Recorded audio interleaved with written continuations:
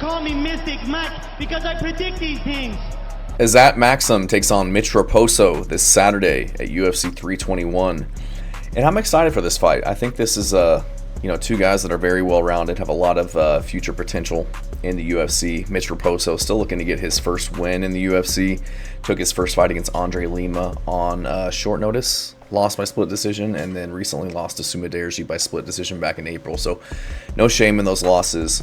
Both those guys are very good. So Mitch Raposo is still fairly young, 27 years old, barely into his prime, very well-rounded. So I think that he'll still have a decent career. It's unfortunate that he's got to take on Azat Maksum, who also coming off of two losses in his last fights, but did have a split decision win over Tyson Nam in his UFC debut. Lost to Charles Johnson by unanimous decision, and then recently lost to Tagir Ulanbekov back in June. So kind of shows how the UFC, what they think about this guy, given him Tyson Nam in his debut, then Charles Johnson, Tagir Ulanbekov.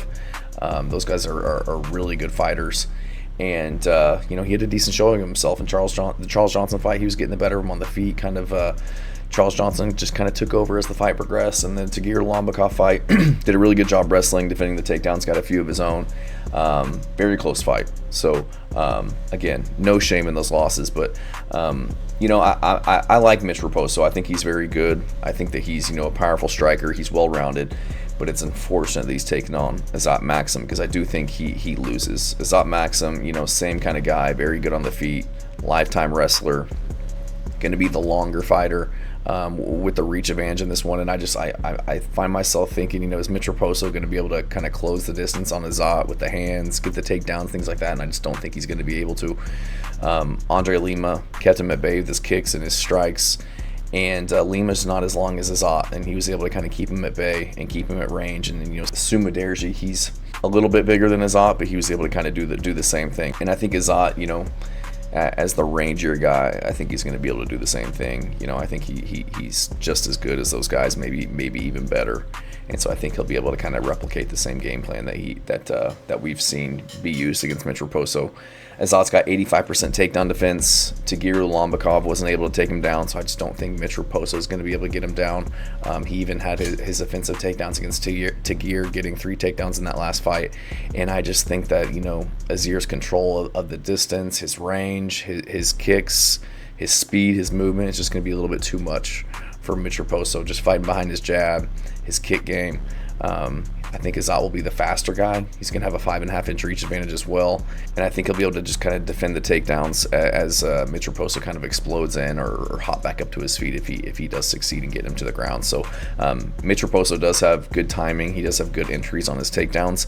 He was able to get Sumudaerji down, but just wasn't able to hold him down or really do anything with the takedowns. Sumudaerji was just popping right back up, and I think that Azat's the much better wrestler than Sumudaerji.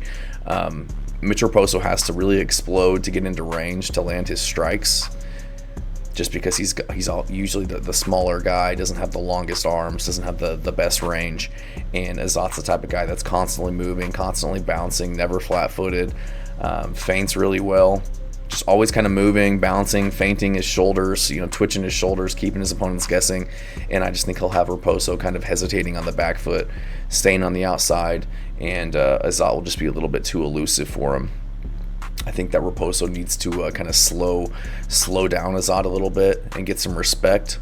Azat is kind of susceptible to leg kicks, and I think that's what opponents need to use to kind of limit his movement, is just to kind of batter his legs and kind of keep him from using that lateral movement. But that's something that Mitch Raposo doesn't do very well. He doesn't throw a lot of leg kicks. He's more primarily a boxer. So I don't think he's going to win this fight with the boxing against such a talented striker in Azat, who's also going to have almost a 6-inch reach advantage.